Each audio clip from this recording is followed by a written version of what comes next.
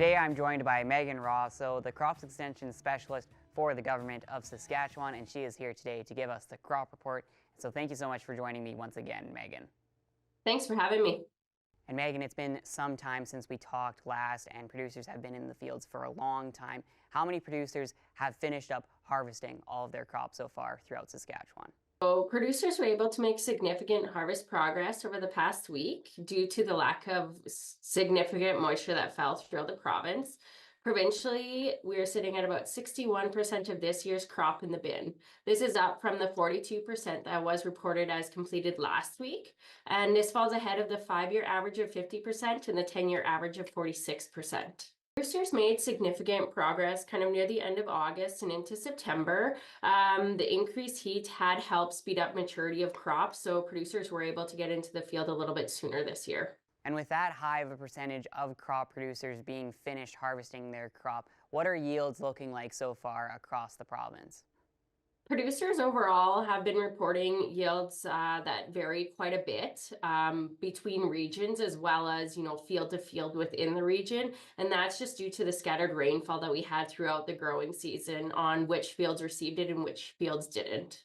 And now if we can take a look at the Northwest region, how is this region looking for getting their crops into the bins, and what is the early outlook for yields here in the Northwest region? Only has 49% of the crop harvested. This is up from 19% that was reported as harvest last week. So when we look in terms of year-over-year averages, this does fall ahead of the regional 5-year average of 27% and the 10-year regional average of 24%.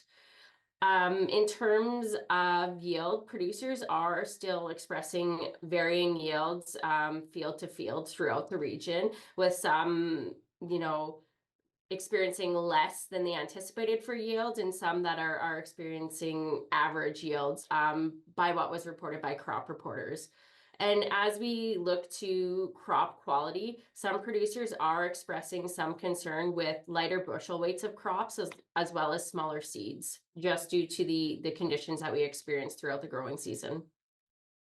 And we've seen some moisture over the last little bit. How important is that moisture for restoring the soil as well as pastures here in Saskatchewan?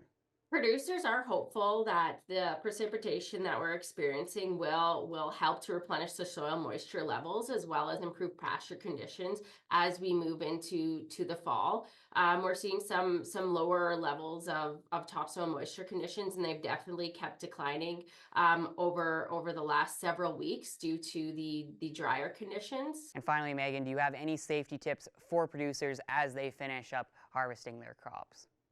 Although the hot and drier weather has allowed harvest to progress, combine and equipment fires are a significant risk. Producers are also monitoring stored grain closely as there are concerns for bin heating given the high temperatures that occurred at the time of combining.